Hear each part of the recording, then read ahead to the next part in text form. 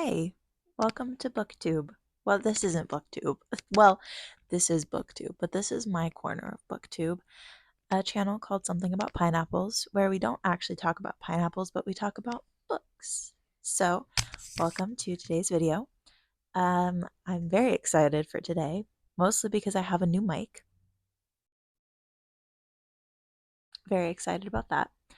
But also because I'm going to be embarking on a reading journey today with you guys, of course. And I'm going to be starting a few books that are a part of the Rory Gilmore reading challenge. So, a little explanation. I started watching Gilmore Girls, how long ago? I don't even remember how long ago. Not that long though, but like a few months maybe. And I'm only on season one. Yeah, I know. I'm only on season one. You can boo me all you want, but I just have not watched much more of it.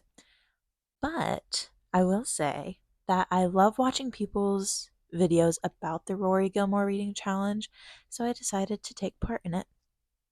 So, what I did was I looked up a few different lists of books Rory Gilmore either mentions or has read in the show, and I picked a few. Not a lot because I'm not crazy, but more than two. I'll hopefully read more than two from this list.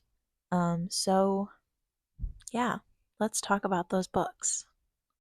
First off on the list that I saw was Don Quixote, which, oh, come on, focus. Okay, whatever. Don Quixote, which I'm not going to read. Sorry to catfish you a little bit there, but this thing is big, like big, big. I'm not reading this book, but it's on the list and I own it, so I thought I would bring it up. Maybe one day, but I'm absolutely not reading this right now. Two books that are on the list that I have already read are Frankenstein, which I am actually rereading right now for book club. So, Frankenstein, which I've already read, and Emma by Jane Austen, which is like on the Mount Rushmore of books for me. This book, oh, so good. So, these two I have already read on the list. So, if you want to count these, technically you can, but I've already read them, so they're not a part of this challenge. Now, for the books that I am hopefully going to read. First up, we have To Kill a Mockingbird by Harper Lee. I I know literally nothing about this book. I never had to read it for school. And yeah, I never picked it up till now. And I didn't even get it for this. I got this. It's in my one of my book haul videos. I got it from a little library, and what do you know? It was on the list. So, To Kill a Mockingbird. We'll read this. Promise. I promise. Next up is The Great Gatsby by F. Scott Fitzgerald. Again, I really don't know anything about this one. I'm so bad at this. Um, but it's a pretty small one, so maybe we'll get through this one pretty quick and I'll keep you updated on my thoughts on it. And then these last two are, well, I'll just tell you. Cinderella. This is not just Cinderella. Obviously, this is Grimm's Complete. So it's got more than just Cinderella. I think they said that it was like 6 pages in this book. So honestly, I might just kick things off with Cinderella itself. That should be an absolute breeze. And then lastly is Alice's Adventures in Wonderland. But just the first one. Again, oh my goodness, nothing's focusing. Whatever. This is and other classic works. With that being said, I'm going to get started on some of these and I will keep you updated as I go along. Hello. I literally just got home from work. It's like 5 o'clock in the evening, hence the light in my room right now. And I just have a little bit of an update for you. I finished Cinderella, which was really weird. It was really odd and gory. Um, yeah, not the biggest fan of that one. Even though there was nothing necessarily wrong with it, it was just kind of like, why did I just read that, you know? So I don't feel any smarter or any more studious for having read it, but I did. And I started The Great Gatsby. It's also really weird so far. I don't know what chapter I'm on. And it's in Roman numerals. We're going to say chapter 5. I don't know, man. 61 pages in. And yeah, it's weird. I'm annotating it. Well, I wasn't going to, and then I just had thoughts. And my favorite annotation so far is just the word feet. Just the word feet. And if you read this book, chances are you know what I'm talking about. But yeah, that's my favorite annotation so far. This is going to be a doozy, I can tell. So hopefully, I don't know, I might finish this soon. Read some more of it tonight. And yeah, that's my update. Very exciting. Very, very smart of an update. I'm going to keep reading this. Once I finish this, we will see what else I can move on to. Oh, I borrowed the audiobook of To Kill a Mockingbird because I've been trying to incorporate audiobooks into my life a little bit more. And my Harry Potter audiobook uh, returned.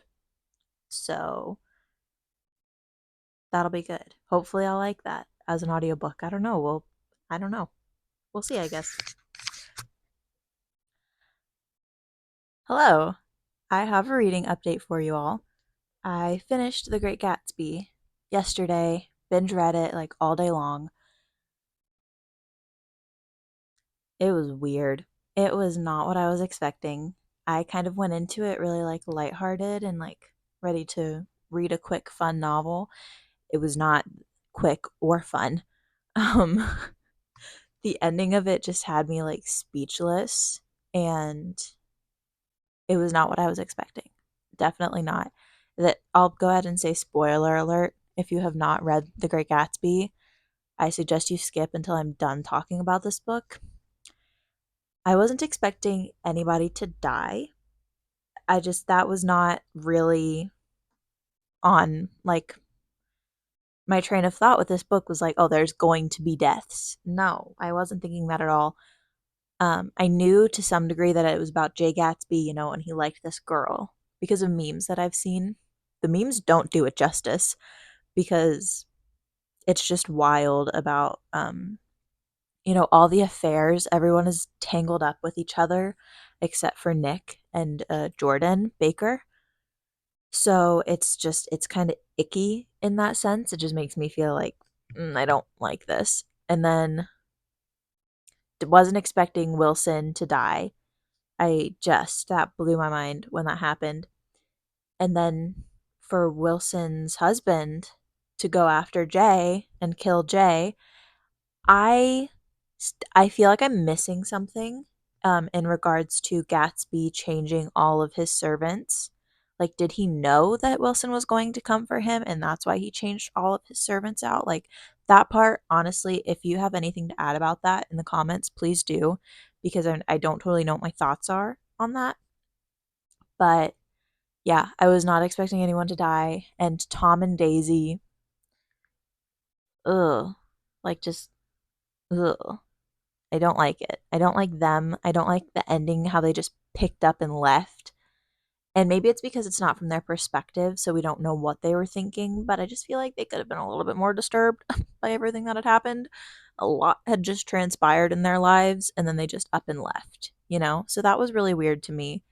And I feel bad for Nick. I feel bad for him because he had to go through all of that. Like, he didn't even want to, but he did. And lots of people died because of it. So it was disturbing in the end. I just kind of closed it and was just like I didn't know what to do. And I still don't know what to do. So I wrote my review that's on Goodreads. If you want to go read the review that I posted immediately after reading it. But yeah, that was a Great Gatsby. And it left me just speechless, not knowing what to do, what to think. So bizarre. But it was 5 stars. I really loved the writing of it. I feel like it flowed very nicely and it was melancholy. His writing, or I assume F. Scott Fitzgerald is a guy. I don't, yes. Um, his writing is very flowy almost. And so it played out in my head kind of like a play, or like a short film in my head, which I love when books do that. I love when books do that for some reason. Before the Coffee Gets Cold was very similar in how I saw it in my head, even though the writing may not be similar because, well, Before the Coffee Gets Cold is a translation, but also because they're two different, completely different authors. But the way they played out in my head was very similar, if that makes sense. Probably not, but I hope it does. So 5 stars. I loved the writing. I loved the plot, even though it threw me for multiple loops. So I highly suggest if you have not read this, you need to. My other update is that I started Alice in Wonderland yesterday after I finished The Great Gatsby. I think I'm on chapter like 4 or 5 or something around that area, and it's just Alice in Wonderland. It's silly, curiouser and curiouser, which is my favorite phrase to say. I feel like I say it in my head all the time. It's goofy. It's also mildly disturbing. Alice as a character is just kind of, well, loony. She's loony. But aren't we all a little loony if you think about it, you know? Just not like that. Um, so yeah, I'll keep you updated on that. But that's all I have for now.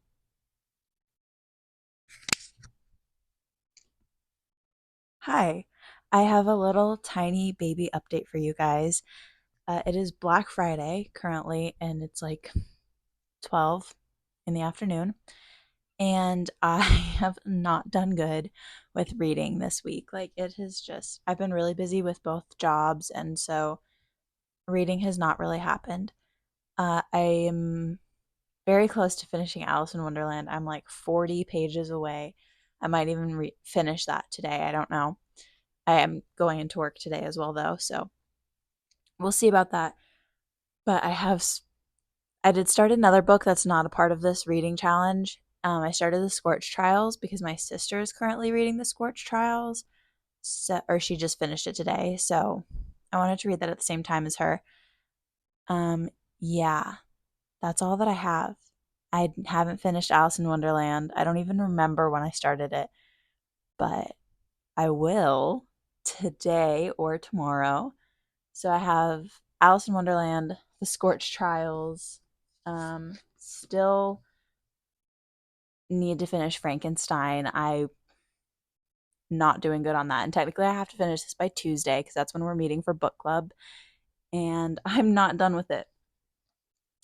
And this is just on the back burner. I'm not even going to continue with this right now until I am out of the woods with all of these other books. So that's all I have. We did it. We finished. We finished this challenge. Well, kind of. I did not read one of the books, but we'll talk about that in a second. But yeah, I finished Alice in Wonderland yesterday, and I finished Frankenstein today. And even though at the very beginning of the video I said that Frankenstein technically doesn't count because I was reading it for book club, but I'm counting it now. So, with that being said, let's talk about the books that I read for the Rory Gilmore Reading Challenge. To start, I read The Great Gatsby by F. Scott Fitzgerald. This was the first book I read for this challenge, and it was really good. I really, really enjoyed it. I think I even gave it 5 stars, maybe 4, but I can't remember, but it was probably 5. I had no idea what to expect going into it, but it blew me out of the water. It really did. Which sounds dramatic, but when you had as little expectations as I did, there wasn't really much else for it to do but blow my mind. I was not expecting literally anything that happened in this book. I just kind of went with the punches as it happened, and then here we are at the end, and there are dead people. And that probably sounds insane out of context, but within this context of this book, there are dead people. And that's just how the story goes. I highly suggest if you want just like a quick read that can count as a classic. I don't know if this actually counts as a classic. I don't know like what the categories are for something counting towards being a classic, but in my book, we're going to count this as a classic. It sits with all of my other classics on that shelf. So, check number 1. We read The Great Gatsby. Next up, this one took me absolutely longer than it should have. I'm actually very disappointed in myself for how long it took me to read this. But I read Alice's Adventures in Wonderland. I did not read the other classic works. I only read Alice's Adventures in Wonderland. It was like 120 pages, and it took me so long, embarrassingly long. But it was good. It was weird, and it felt like a fever dream the whole time. Um, yeah, I really don't have much to say about this one, at least, because I feel like when you hear Alice's in Wonderland, or when you hear Alice in Wonderland, like you just know. Like who doesn't just know when somebody says that? So that was cute. Maybe I'll read the other works at some point in my life, but not right now. Frankenstein, which I said again at the beginning of the video, I said this wasn't going to count, but I'm counting it now because I finished it today, and I feel like since I didn't finish the other book, I kind of need to count something else towards this reading challenge. And Frankenstein is on the list. So even though I've read it before and this was a reread for book club, I'm still going to count it also as a reread for this video. Um, I, this is similar to Alice in Wonderland because when somebody says Frankenstein, you just know. You just immediately know. It's this is a classic. Don't care what anybody says. Frankenstein is a classic. Counts as a classic. Always will. Um, so good. It's just so good. It's so deep. It really makes you think. And it really got me thinking, especially the second time around, just the parallels between how Victor Frankenstein, condemned the monster to life. And the monster tries to make the best out of it in the very beginning. And then, he's treated horribly by anyone and everyone, including his creator. And then he either wants a partner or doesn't want to live, period. And then in the end, the great chase is happening, and you see the creature keeping Victor alive. He's condemning Victor to life, just like Victor did to him. Um, you know, Victor starts making the partner for the monster and then dashes it, completely destroys it before he's even completed. And then the monster kills Elizabeth. And just these parallels that I'm picking up on now, which sounds so dumb to say because they're like the most obvious parts of the story, but they really stood out to me for this reread. And maybe because I was focusing on different things, not having to write an essay on it, I just wasn't focusing on all the specific things that I knew would get me through that essay. That I was just seeing all these little nuances that I didn't see before, and I cannot recommend this book enough to anyone. You kind of have to pull yourself up by the bootstraps to get through it, especially if you're not minded towards classics. I myself struggle big time with classics. I have not DNF'd, but reshelved Little Women. I've reshelved Pride and Prejudice, Wuthering Heights, like Mansfield Park. Literally, each of those I have started and then put back just because I don't have the brain capacity, really. This one, every classic this is so horrible. But really, every classic that I have read to the end has just been because of school. And some of them I really enjoyed. A Tale of Two Cities was awesome. The Time Machine was weird but really good. And Frankenstein I really enjoyed. It's just getting through them. I have to have some sort of like reason.